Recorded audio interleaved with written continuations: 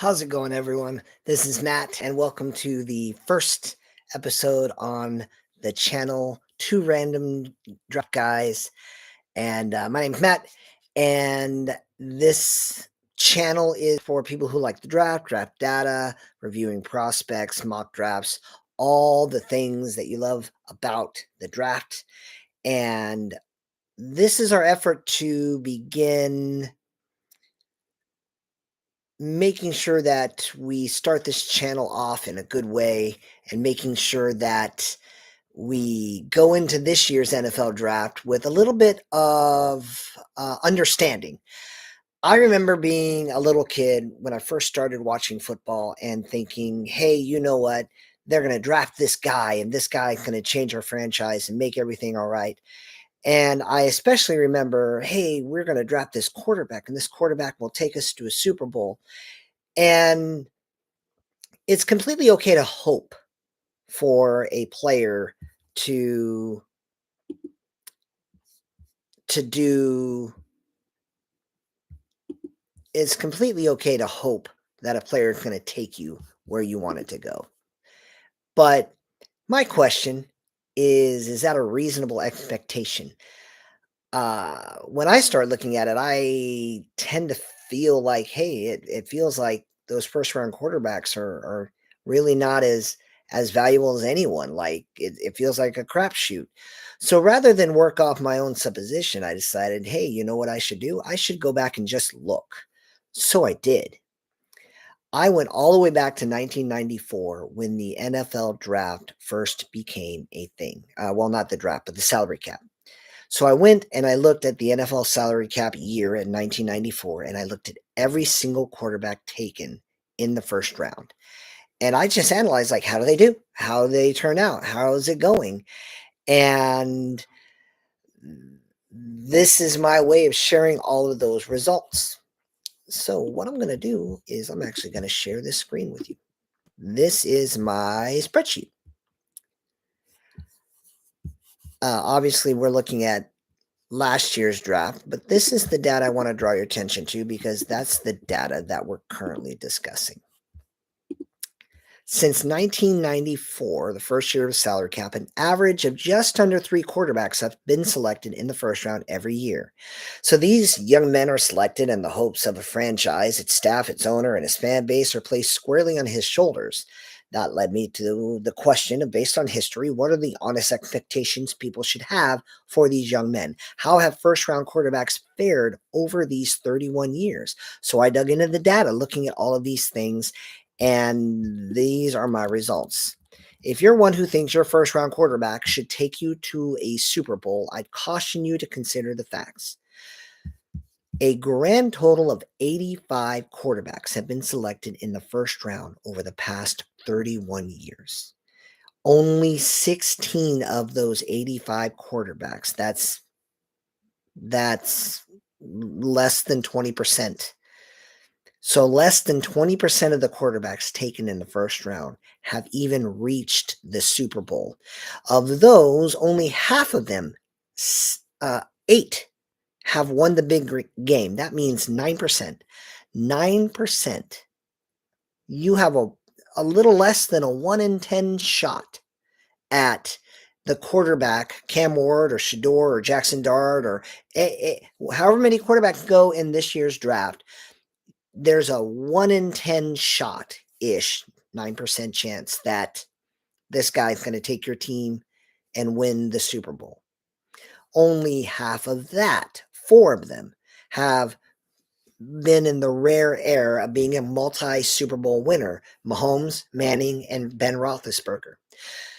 To put it another way, if you're expecting Cam Ward or Shedeur Sanders or Jackson Dart or Tyler Shuck, if you're a team, if you're hoping for that, you're expecting them to be one of what I call the blessed 9%. You're asking them to be among the 5% if you're hoping they're going to be a Mahomes or a Manning. So just expecting that is an unrealistic expectation. So consider this. If your team chooses a quarterback in round one, the truth is most quarterbacks taken in round one don't even make the big game. Expecting something more than that is expecting them to do what most of them don't. So, what should a fan, coach, or owner expect of their new quarterback? Well, of course, you want to push for the championship, and every team in the league is fighting for the same prize. I just didn't find it fair to ask anyone to be among that 19%, much less that blessed 9% I mentioned. So I came upon a baseball analogy. So a single would be a quarterback who started at least 70 games for your franchise. They drafted a guy in round one and he gave you steady quarterback play for 70 games. Some may argue you need a lot more from a first round quarterback, but considering the facts, exactly 43 of those quarterbacks, so about 50% of the quarterbacks taken in round one, met that mark or the next level. More on that below. But to say you want more than what less than half of the quarterbacks do is expecting more from a prospect than just happens historically. We all want that quarterback our team takes to be the next great passer, but the truth is you're in rare company. You're in rare company if he just gives you steady play at the position for at least 4 years. A double, to continue with the baseball analogy, a double is a passer who at least wins a playoff game. These are the prospects who might not have reached the promised land, but they at least made your team relevant. You're playing playoff football and they gave you a playoff win. Just about 47%, about 40 of the quarterbacks taken since 1994 have done that. So winning a playoff game is exceptional. So it might be an opportunity. It might be an important opportunity to contextualize the comparison. So, first, the context. Looking closer at those passers, we see people like Daniel Jones, and he won a playoff game. He barely has 70 games, and not all of them were for the Giants. But if you get the playoff win, I gave you as a first round quarterback credit for a double. Uh, and that means I had to give you credit for a single. So, regardless of how many teams you started, the minute you win us a playoff game, then you've done something that is rare. It's only 47%. So, next is some comparison. If you're like me, you can't get enough draft content. Remember, if you can't, then hit the like button, hit the subscribe button, let people know about the channel. We will be live for the NFL draft. Me and Ryan both will be live, and we hope you'll join us. But if you're like me, you watch anything you can get your hands on. And Mel Kiper Jr. recently did a similar study, and he reported that some 50 something percent make a playoff game. So his data is higher than mine because he was just looking for someone to take you to a playoff game. And his data aligns with mine when you understand that context. So a little more than 50% of the quarterbacks taken in round one, they at least get you to a playoff game.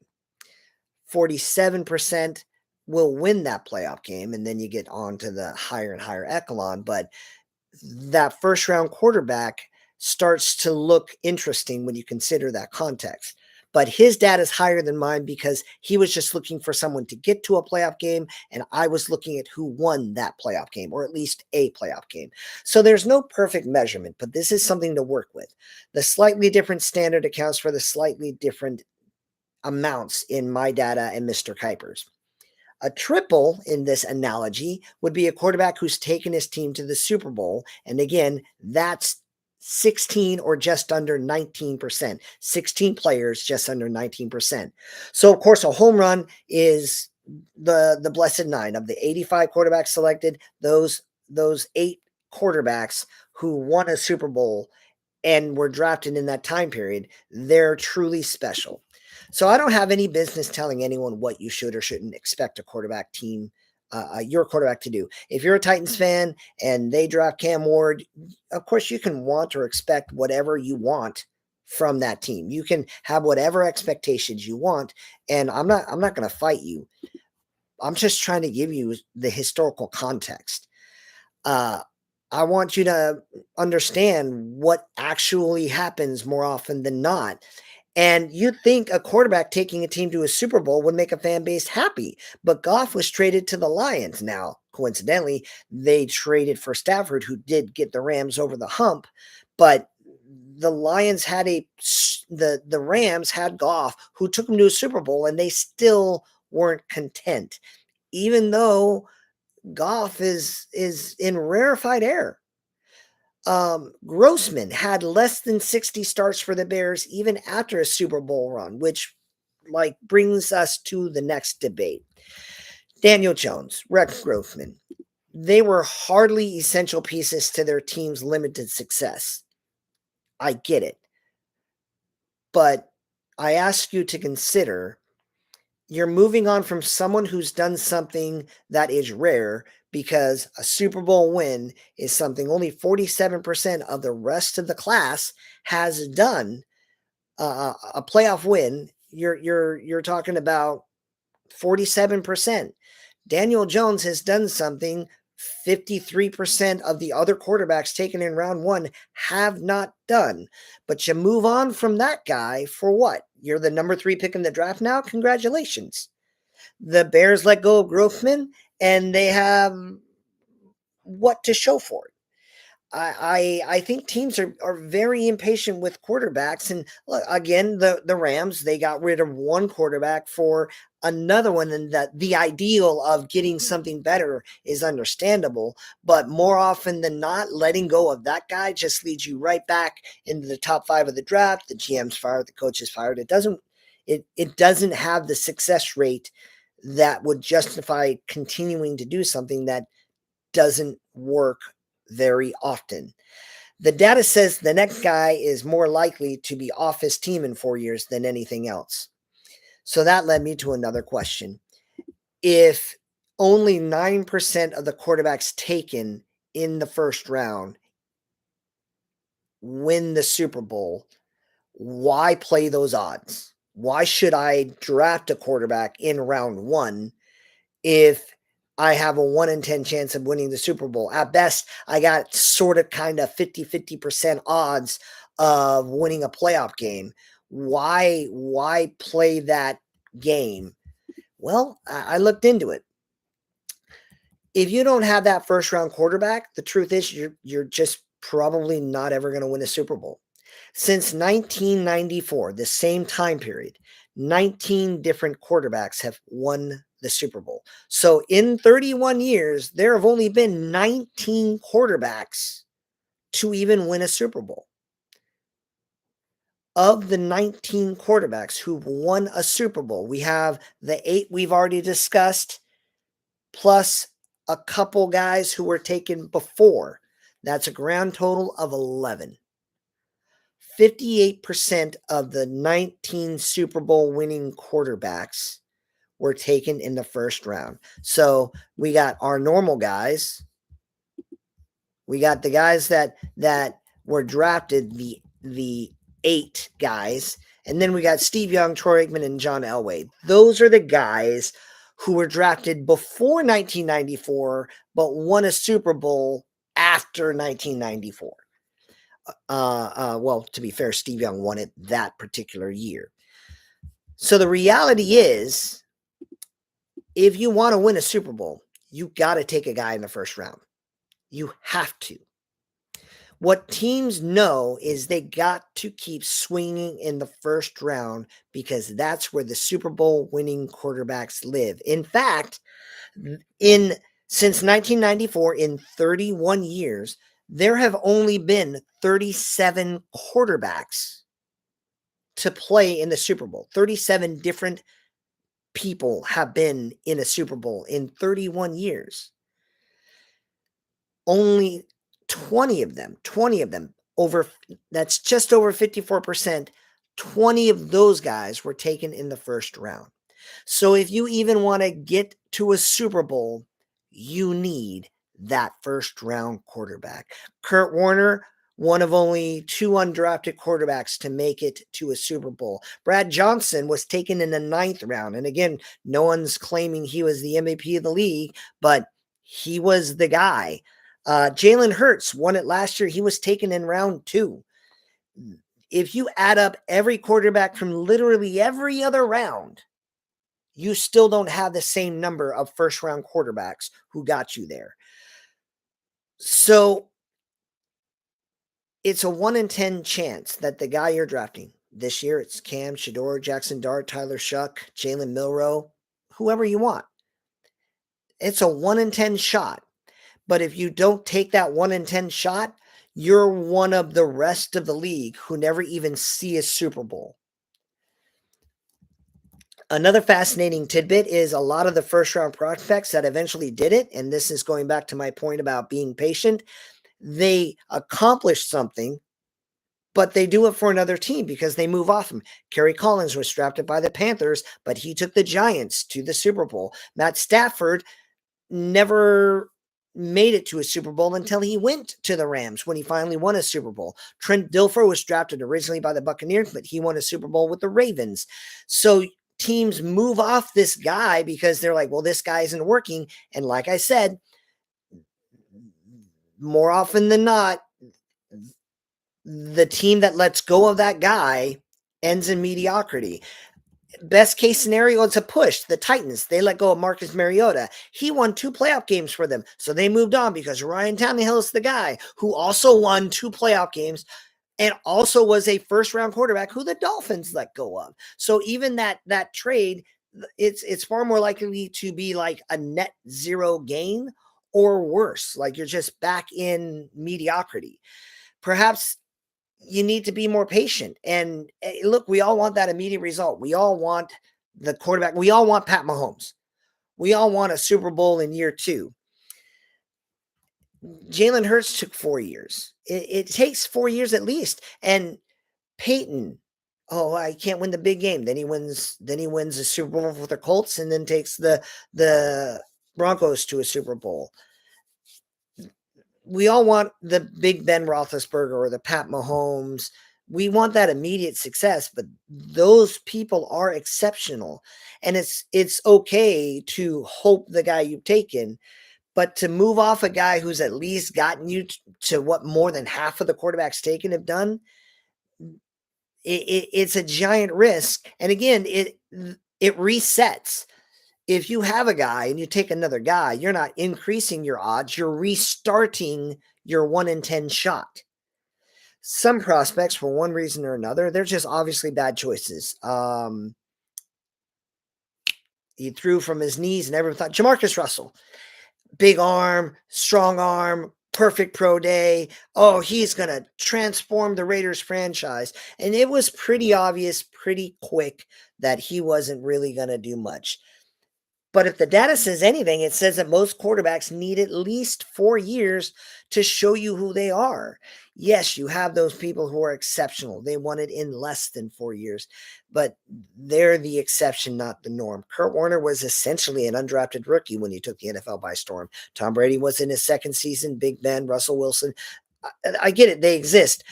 But to expect Cam Ward or Shador or Jackson Dart to be one of them is to demand them to be one of 9% of the NFL, or even smaller than that based on how quickly they found success. To expect them to be more than anyone else just isn't fair. You don't have to agree with me. Feel free to make comments. Me or Ryan or both of us will respond and provide our insight. But why I did this study is I want to know, like, what is a fair expectation? It is fair to expect Cam or Shador or Jackson Dart or Jalen Milroe. If you draft a guy in the first round, a fan, in my opinion, based on my research, has the right to expect that guy to win you a playoff game. Even then, it's going to take some time to expect them to do it year 1, year 2. Again, Jaden Daniels, exception, not norm. Same thing with CJ Stroud. And the more we see it happen, the more we're going to expect it. But even with Stroud and Daniels and Big Ben and Pat Mahomes, you're still looking at a minority. It hasn't happened enough for that to be reasonable. But to expect that guy in 4 years or less to win you a playoff game, that is a reasonable expectation. But consider this, one of those other quarterbacks, one of those other guys taken in round 1, Alex Smith, selected number 1 overall. And you can, obviously, you look at Rodgers and you get into that trap where you're like, well, if we'd have drafted Rodgers, we'd have a Super Bowl. The situation's different. The personnel is different. The coaching is different. Like all of that matters. But this is the point I'm making. If you are going to move on from that guy, look at how the Niners did it. They moved on to Kaepernick when he proved he worked with Harbaugh. More on that in a moment. The Chiefs took Alex Smith as well, and they were playing. They were making championships. They were winning playoff games with Alex Smith.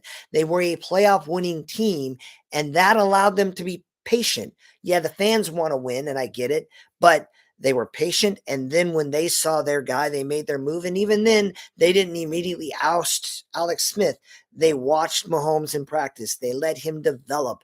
And then when they saw Mahomes and they said, now he's ready, they let Alex Smith move on, and that's what led to Mahomes. So everyone looks at like the data, like the win loss record or the timeline, and they forget the process. Meanwhile, you bring in a guy straight out of college, you put him on your team, and you're like, now you do that, and everyone forgets. Like, no, he got to sit a year. Um, Alex Smith did not get to sit at all. Aaron Rodgers got to sit behind Brett Favre. Now, yeah, of course, Joe Burrow started right away. Like, teams are different, situations are different. The players and their talent is different. But if you're going to move on from the guy, the data shows rather than do what the Bears did, Justin Fields not winning, draft Caleb Williams. Well, you're right back in the top 10. I'm not saying Caleb Williams won't amount to anything, but the data shows you're restarting a clock, and so you're right back in there. And now maybe Williams is a better quarterback, and maybe Williams will get results more quickly.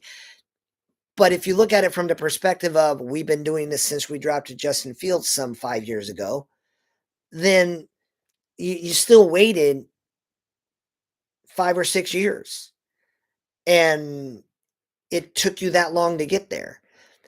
But the bigger risk is Caleb Williams is going to need more time, and that doesn't mean he's a bust. I'm going to be very fascinated to see how Justin Fields performs in New York. I'm going to be very interested. I'm going to be very interested. I'm not just rooting for him because I actually do root for him. I'm not a Jets fan, but I root for the kid. I liked him coming out of college. I still believe he's a guy. I think he was the best free agent available. I would have targeted him. I'm not entirely certain I would not target him rather than draft any of the quarterbacks available in this round. And I'm a huge Shedeur Sanders fan. But you gotta give it time. You gotta evaluate how it's gonna work out. Patience might be a requirement. To blame everyone for not being Tom Brady, Pat Mahomes is to say if you are not a Hall of Fame quarterback, you are a bust. And to think that you draft a guy in the first round and he's automatically going to be a Hall of Famer is to say, I'm one of the 10. I'm the one. I'm the one out of 10, and they're the other 9 guys. I didn't really go back and look at how long it took every quarterback to win that first championship. Just the casual strolls showed me that it takes at least 4 years. Peyton Manning didn't win his first Super Bowl until 16 years after he was drafted. Is he a bust, or were the Colts just patient? And now look, they were relevant and competitive, but Donovan McNabb is another example, and even Andy Reid. Oh, you can't win the big one. We're going to move on from you. And again, the Eagles, they're a great franchise. So they moved on, won one Super Bowl, moved on from that guy, and won another Super Bowl. That means that organization is just outstanding, and the Eagles are one of the best organizations. Period. But Andy Reid then moved on, got a even better quarterback, and I think McNabb has a right to be considered for the Hall of Fame myself, but you just can't ask for much more. The Browns are hilarious. They've taken 4 quarterbacks in round 1 over the last 3 decades. They finally found one who won them a playoff game, only to pursue Deshaun Watson and let Baker Mayfield to go on and continue to win playoff games. And Watson has taken millions of dollars to be on an injured roster. That leads me to my ultimate conclusions. And again, think whatever you want. Let us know what you think. Look at this data. Let us know what you think.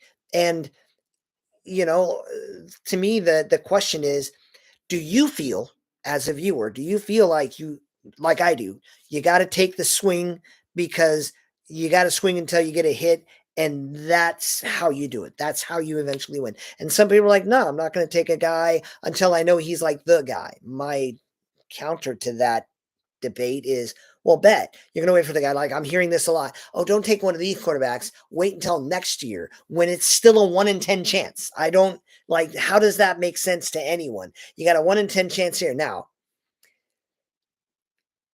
there is a logic in this draft that I can kind of touch on. I think Shedeur Sanders is the number one quarterback in this year's draft. If you look at a quarterback and you say he's the one, I'm taking my 1 in 10 swing on that guy.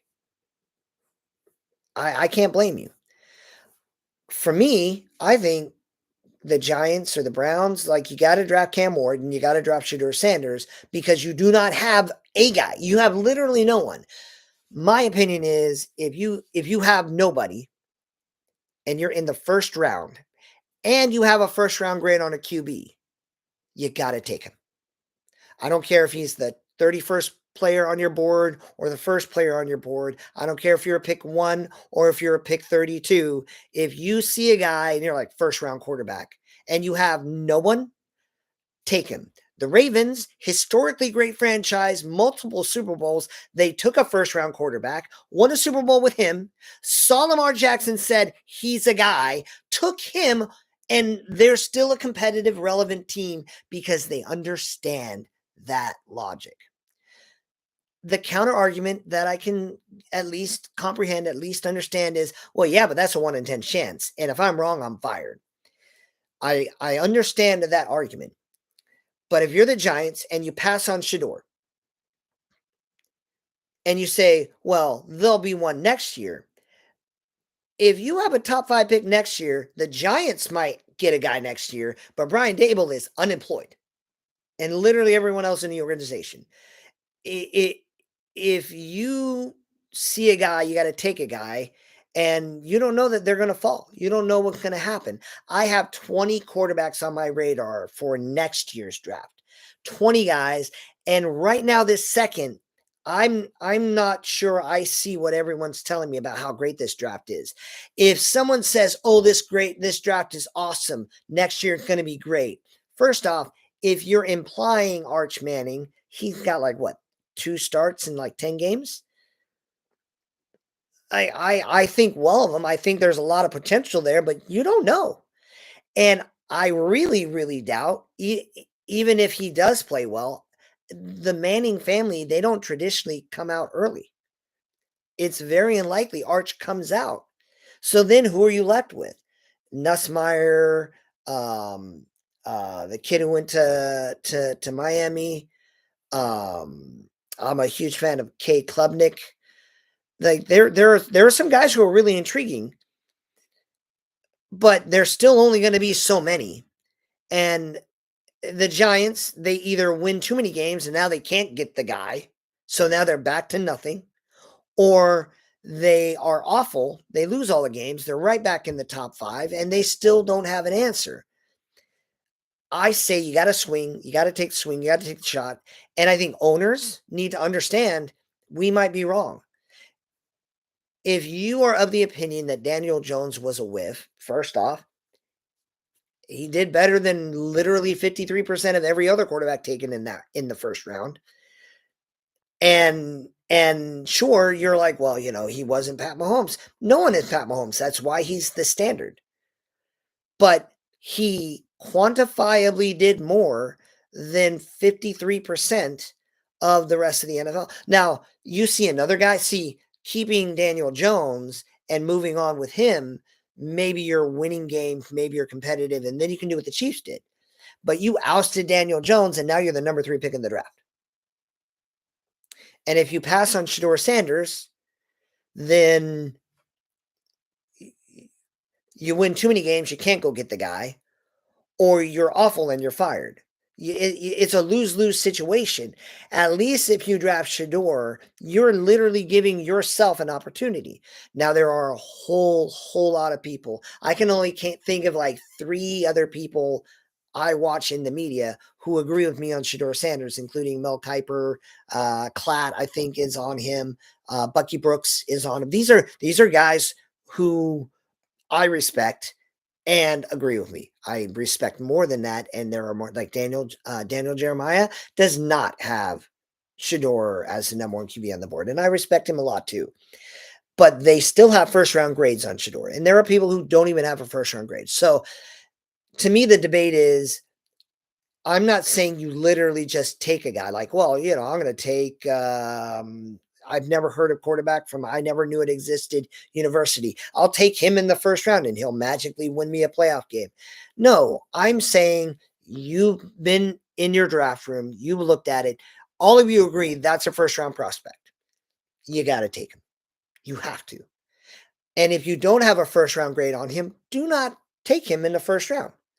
By all means, take him in the second. So if you think Shador or Dart are second round guys or even lower, then by all means, see if they fall to you and don't take a risk you don't believe in. But to me, the go no go line is not is he worth the number one spot, the number 3 spot. To me, it's is he a first round quarterback? Coincidentally, I think Jackson Dart is the 22nd player on my draft board, but I do not have a first round grade on Jackson Dart. For me, first round grade means I can plug you in day one and you should at least show promise. Now, I'm not asking you to win 20 games. Joe Burrow won 2 before he got injured. I'm just asking you to come in there, show me that you can do things on the field that I envisioned you doing. Give me some consistency. Show me that talent, and then we can talk. Jackson Dart is not I can start day one quarterback. For me, the go no go line, the first round quarterback line is I can plug you in day one and you're going. Jalen Milroe may indeed have the highest ceiling. I disagree with that assertion, but there are many who feel that way. Sure, but you're not plugging him in day one. And if you do, then you're letting him down, you're letting your team down, you're letting your franchise, you're letting your fans down. Expecting someone to be ready when they're clearly not is unfair to the human, it's unfair to the fan base, it's unfair to the coaches. It's just not rational. Those are all the factors that goes into play, but you got to swing. You also have to be patient.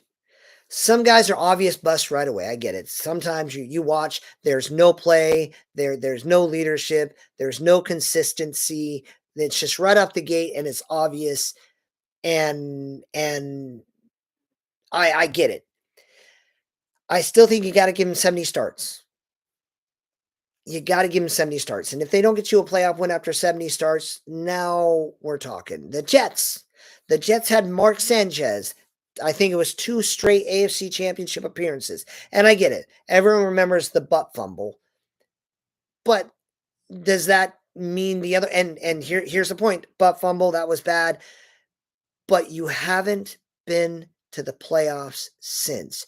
You let go of a guy who took you to the dance, and now you're not going anywhere.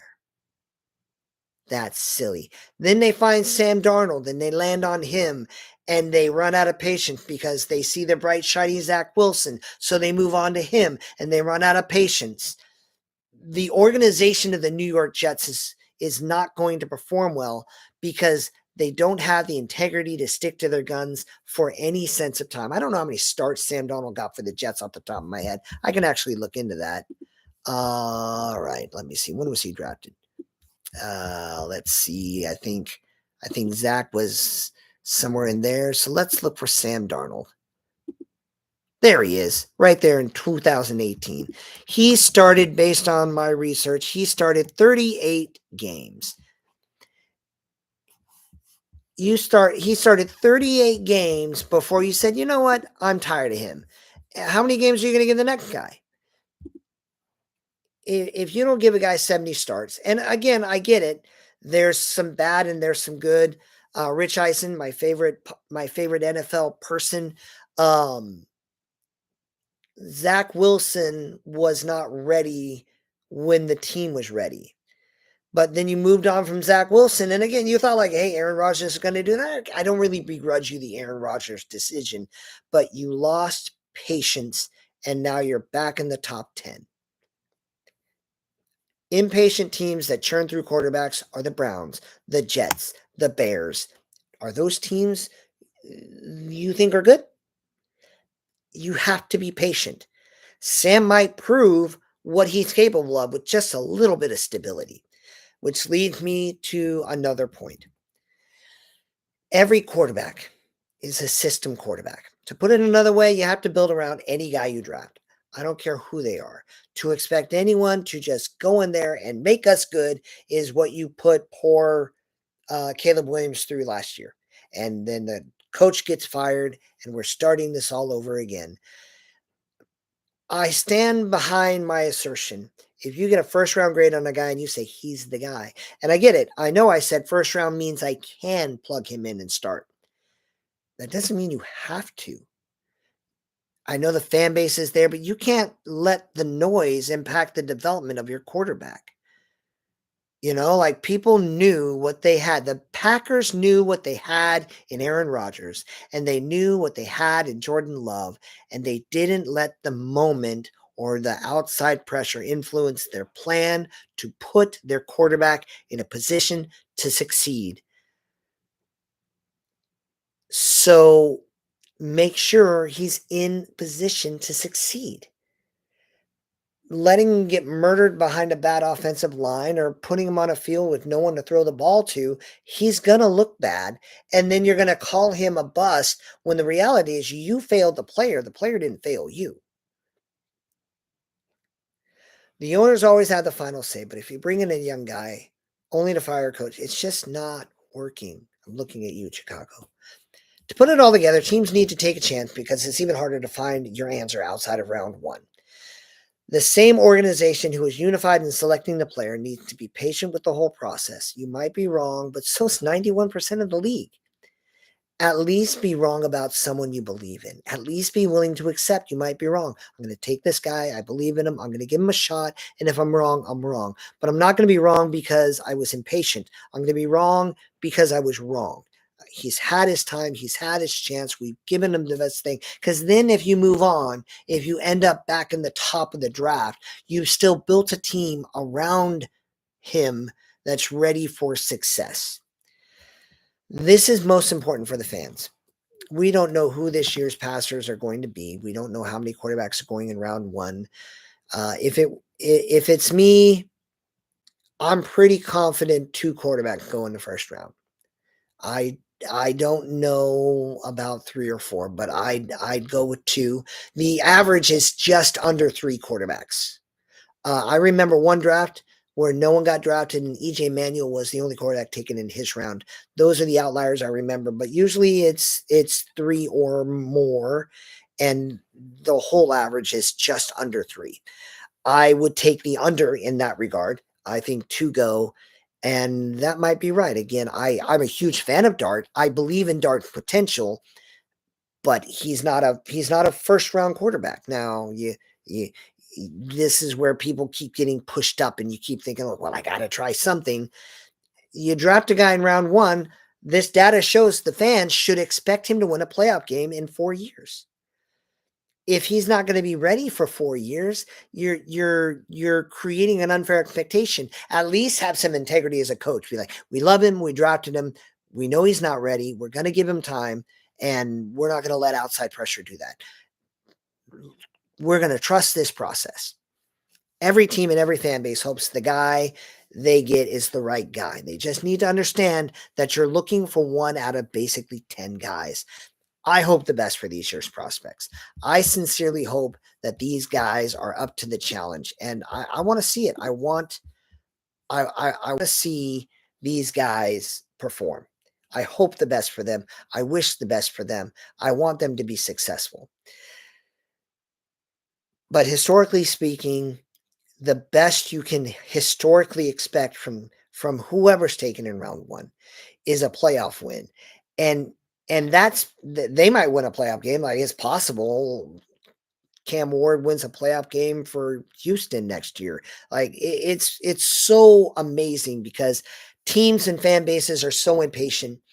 But I ask you to consider the winning franchises, those franchises that are traditionally successful. I understand the Eagles moved on from Wentz. By the way, they had a quarterback. They took Wentz. Wentz had an MVP caliber year. They were bold enough, and I believe it. I believe in what the Falcons did. I was one guy who was like, Falcons are geniuses. The Falcons are like, look, he better win now, but this is a guy we're going to need. And I would like the Rams, uh, any team. If you think Shador or whatever is the guy, take him because then you can move on to him, and you should. You should move on to someone when he shows he's ready, as opposed to I'm cutting ties with you and I'm going to hope someone else does something. The the best you can hope for, the most reasonable thing you can expect if your team drafts a quarterback in round one is he should win you a playoff game, and it should happen within 70 games. And if that quarterback plays 70 games and gave you consistent play, he's he's he's solid. He's okay. But yeah, there's probably someone better out there. But if he wins you a playoff game, man, I don't, I'd hold on to that guy until you find Pat Mahomes. But at least that guy gives you time to look. So we hope you've enjoyed. This was our first one. We went live stream for this one, even though I'm just basically talking to no one, and that's cool. Feel free to subscribe, come to the channel. Our next guaranteed live stream is going to be on draft night this Thursday. It's going to be me. It's going to be Ryan. We're going to have a great time, and we hope to see you there. But this was a good way to get this content out. I really wanted this out before the draft, and to take it kind of from there. But the next one will be the draft. I'm going to try to get another video uploaded because I looked at the history of teams. But this at least let me make sure that the channel's up and running and going well, and let me get this data out before the draft. Let me know what you think. Let me know what your thoughts are. Let me know your response to this information. If your team does not have that quarterback, did this convince you to take one? Do you now agree with me that the Browns and Giants should take Shador? Or are you, and again, I do understand it. If you're like, well, look, I know what you're saying, but I'd rather take my swing at someone I believe. I'd rather bet on something I really believe is a 1 in 10 chance rather than this is just a relevant swing. Let me know all your thoughts. Give me your draft board list. Let us all hear it. Let's talk. Let's have some polite, respectful debate and get this channel up and running in a great way. We hope you've enjoyed. We hope you have a good evening. We will see you later. God bless. Good night.